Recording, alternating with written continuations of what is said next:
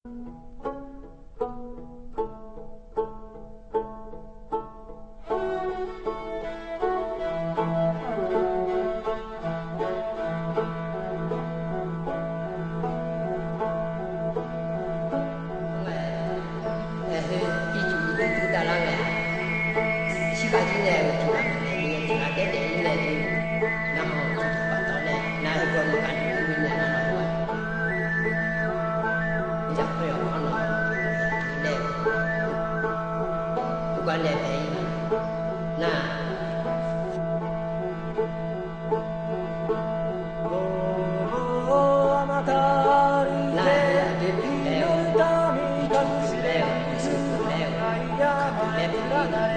ทานเรื่องเล่าของชาวอาคา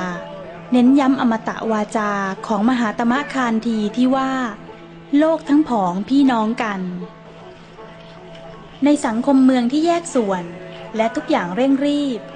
ใครบ้างล่ะที่ยังมีความรู้สึกในสายสัมพันธ์เช่นที่ว่านั้น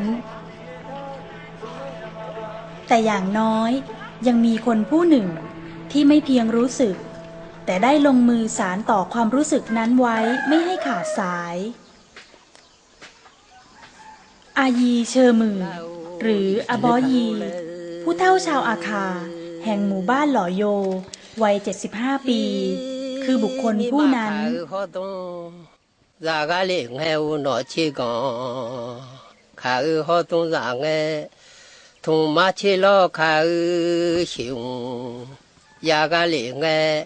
มีมางาลอยังชา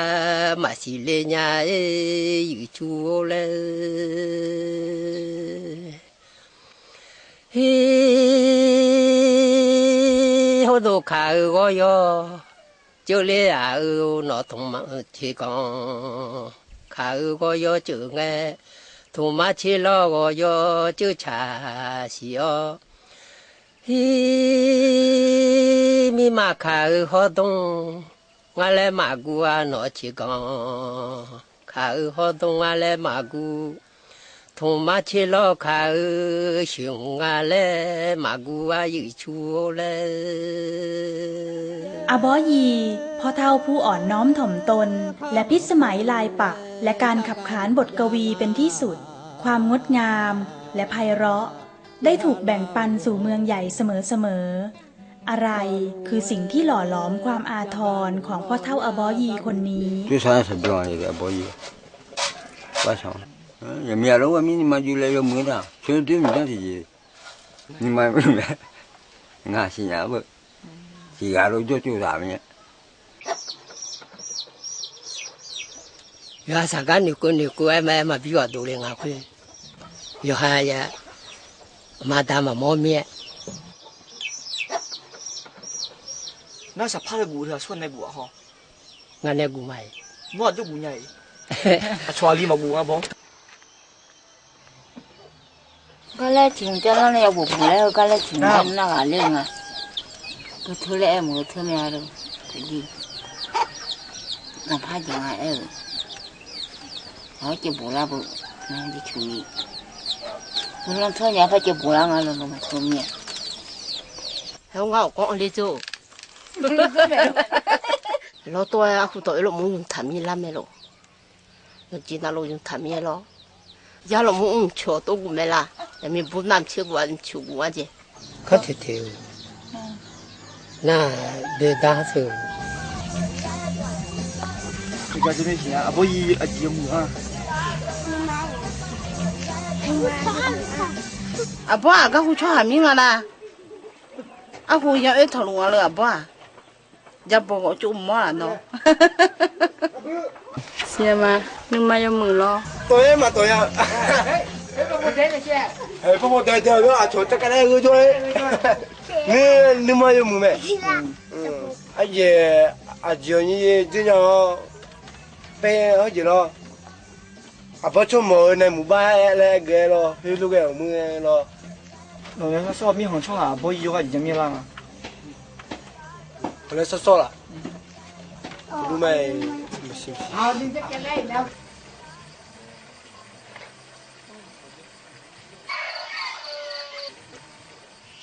ผู้คนรอบข้างในชุมชนเล็กๆแห่งนั้น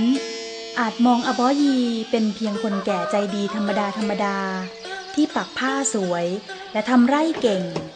หากทว่าความล้ำลึกของตัวตนอบอยีที่แสดงถึงความเป็นปราชญ์ที่ยิ่งใหญ่นั้นผู้ที่มองเห็นและสัมผัสได้กลับเป็นคนจากภายนอกคำจำกัดความของอบอยีเนี่ยคือมีความรักที่เป็นสากลมีการสื่อสารที่เป็นสากลแล้วก็มีความสุขที่เป็นสากลแกอยู่ที่ไหนแกก็มีความสุขคุณสยามพึ่งอุดมศิลปินอิสระที่รักความงดงามในวิถีชีวิตของพี่น้องอาคาเป็นอีกผู้หนึ่งที่เข้าถึงความงดงามและความยิ่งใหญ่ในตัวตนของอบอยีเขาเนี่ยทำงานศิลปะบนผืนผ้าแล้วก็ไล่กวีสดทีนี้กวีที่เขาไล่ออกมาเนี่ยมันเป็นการด้นสดๆแต่ว่ามีคล้ายๆกับมีญาณทัศนะที่อยู่ข้างในมาเชื่อก่อนสปาตรงเลยมาเชื่อร้อยจูเชียวมีมาเชื่อก่อนข้าวยอดจุเลวมีมาของยอดจุชามชิญญาแล้วฝีมือปักผ้าของอบอยีเต็มไปด้วยเรื่องเล่าบนผืนผ้านั้นสวยมากเพราะฉะนั้นสิ่งที่เขาทำออกมาเนี่ยจะเรียกว่าบังเอิญเหรอมันเป็นญาณทัศนะที่เข้าถึงเรื่องงานศิลปะนะโดยที่เขาไม่ต้องเรียนจริงๆมาจ้ะจริงๆมาน้องฮัดเดี๋ยวนี่ก็จะมาละยังมีอะไรน้องฮัดทุจีเลยเดี๋ยวนี่ชอบจังเป็นหมอกกานี่พากากาดูมาที่เขาเห็นดอกไม้อยู่ริมทางอยู่บนดอยเวลาเขาเดินไปไล่มันเข้าไปอยู่ในจิตในใจเขาตั้งแต่เมื่อไหร่แล้วเขาออกมาเปลี่ยนออกมามันเป็นลายผ้าสวยๆเนี่ยมันถูกกลั่น那么啥多呢？丑不美啊，喏。มา呀路也养啊咯，有孩子将路也养啊。前面呢都没。你去农民那个有养啊咯，你去农民好路做买，啊，从那个嘛东啊提交，อันนี้กูเหมือนนะเขาทำงานออกมาเข้าถึงความงามพอเข้าถึงความงามเนี่ยมันจะบอกว่าคนนี้เป็นงานแบบผู้ชายหรือแบบผู้หญิงเนี่ยมันบอกไม่ได้มันเลยจากเพศไปแล้วคืออบอยีเนี่ยแกข้ามพรมแดงทุกอย่างไม่ว่าจะเป็นความเป็นหญิงเป็นชายเป็นพ่อเป็นแม่เป็นลูกแต่แกมีความบริสุทธิ์ของจิตใจที่มีความรักที่ยิ่งใหญ่เสื้อตัวนี้อบอยีเย็บและปักให้กับลูกชายส่วนพื้นนี้ตั้งใจมอบให้อาปาลูกสาวคนโตแต่เธอเสียชีวิตไปก่อนเป็นผู้เฒ่าที่ปักทอผ้าได้ปักลายผ้าให้ลูกสาวแทนที่ลูกสาวจะปักให้พ่อเนี่ยนะคะอายุตัวตาพิตายายังมียังไงน่าแง่ชอบมีแน่นอนเธออาปากาลอ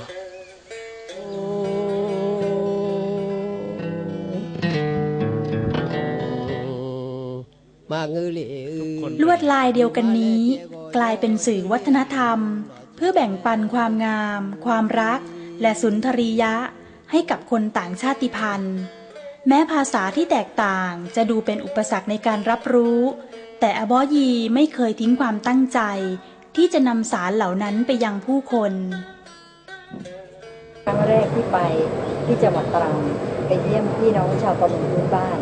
พอแกไปในหมู่บ้านชาวประมงแล้วก็อยู่ท่ามกลางชายหาดอะไรเงี้ยแกก็ร้องเพลงภาษาข่าวมา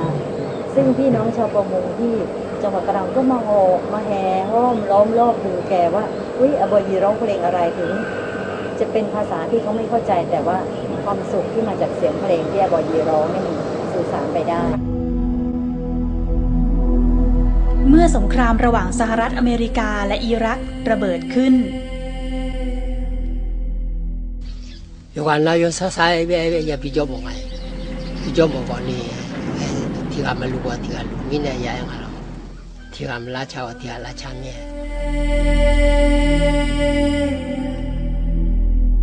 วันนั้นที่ทำลูกบิวมาเลยบิวหมดเนี่ยเลยตัวที่ทำตัวพิจารณาก่อนพิจารณาจ้องอะไรก็จ้องที่ทำที่จีจ้าที่ทำที่จีจ้าอบอยีไม่ลังเลเลยที่จะเข้าร่วมร้องขอสันติภาพอาจารย์ไกรศักดิ์แล้วก็สวหลายท่านจัดงานสันติภาพโลกนะคะที่สวนลุมแล้วก็ข นั่งหาก็ร้องเพลงสันติภาพอบยีก็ขึ้นไปร้องเพลงแล้วก็ถึงเวลาที่เขาจุดเทียนสันติภาพแล้วอบยีก็ร้องเพลงซึ่งสื่อมวลชนแล้วทุกคนเนี่ยก็แบบซาบซึ้งแบบตะลึงด้วยความแบบปิติมากอะว่าอบยีเป็นผู้เฒ่าจากยอดดอยแต่อบยีคิดถึงสันติภาพที่จะเกิดขึ้นกับโลกเมื่อสงครามสงบลงอบยีก็กลับมาเป็นชาวบ้านธรรมดาคนหนึ่งที่ทำมาหากินอย่างเรียบง่ายและทำงานตามประสาชาวบ้าน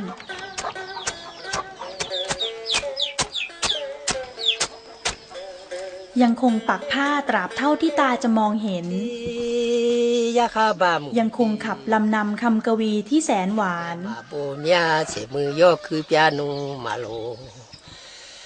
nhà xe những cái bà mới cũng chơi nhau xa xa nhà lẽ cũng là vậy และยังคงออกเดินทางเมื่อถึงเวลาสิ่งที่อบยีพูดมาตลอดแล้วตั้งแต่เรารู้จักมา10 กว่าปีเนี่ยพูดถึงว่าเราทั้งของเนี่ยมีพ่อแม่มาจากที่เดียวกัน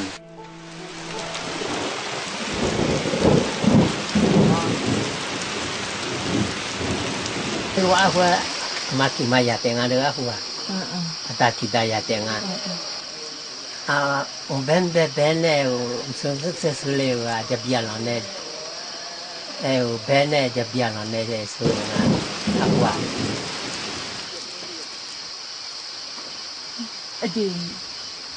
จะเบียร์หลังเสียพยายามอยู่แล้วสองข้างก็เสียจุดจำอยู่แล้วหากถามอบยีทำไมจึงเชื่อว่าทุกคนบนโลกใบนี้เป็นพี่น้องกันอบยีจะให้เหตุผลง่ายๆว่าหนทางเข้าบ้านหล่อโยไม่ง่ายเลยโดยเฉพาะหน้าฝนแต่คนต่างชาติต่างภาษากระทั่งฝรั่งมังค่าจากแดนไกลก็ดันด้นเดินทางมาเยี่ยมเยือนหากไม่ใช่พี่น้องกันแล้วจะสู้ลำบากเดินทางมาหาทำไมนั่นย่อมแสดงว่ามนุษย์เราแต่เดิมมาเป็นพี่น้องกันไม่ใช่หรือเจล่าเงาหน่อยบีมาเจนุ่งเชอีบีแม่มาอยู่เชราอยู่ลาหัวโนยาเจไกมาเวลามีเชอยู่ชัวเลยอบยียังคงมีความสุขกับการปักผ้า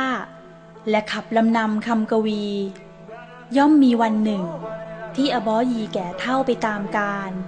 สายตาฝ้าฟางจนไม่อาจปักผ้าเล่าเรื่องราวอันเป็นภูมิปัญญาหรือเสียงขับขานลำนำคำกวีที่ต้องอ่อนแรงลงสักวันแต่สารที่ล่องลอยไปตามลมจะยังคงเป็นสัจจะที่ไม่มีวันล้าสมัยบทกวีที่ยากจะเข้าใจหากไม่ได้เปิดใจรับฟังอีบีมาจะเชื่อจีลาแล้วบุหรอน่าจะแบบอีแม่มาอยู่เชื่ออยู่ลาแล้วอยากจะว่าหมู่เมียแล้วบุหรอ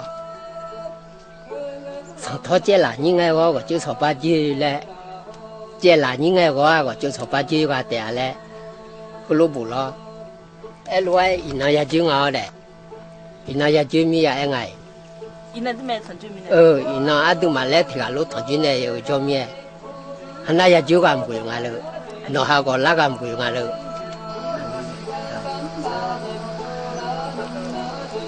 อีคอยอยู่แล้วฟังครับผมอยู่ว่ามึงนั่นหรือเปล่าล่ะถูกเนี่ยเขาบอกงั้นล่ะเยอะแยะงั้นยัง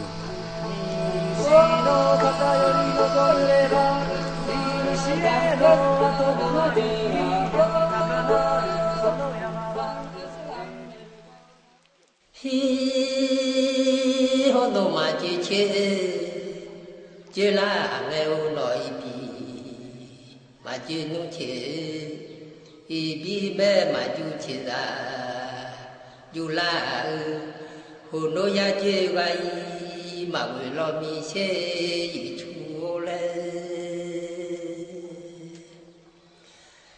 ฮีบีมาเจเช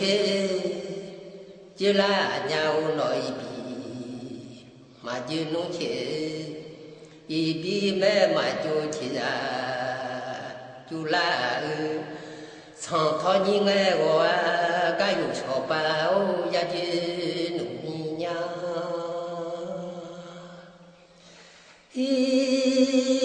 呀讨你爱我米比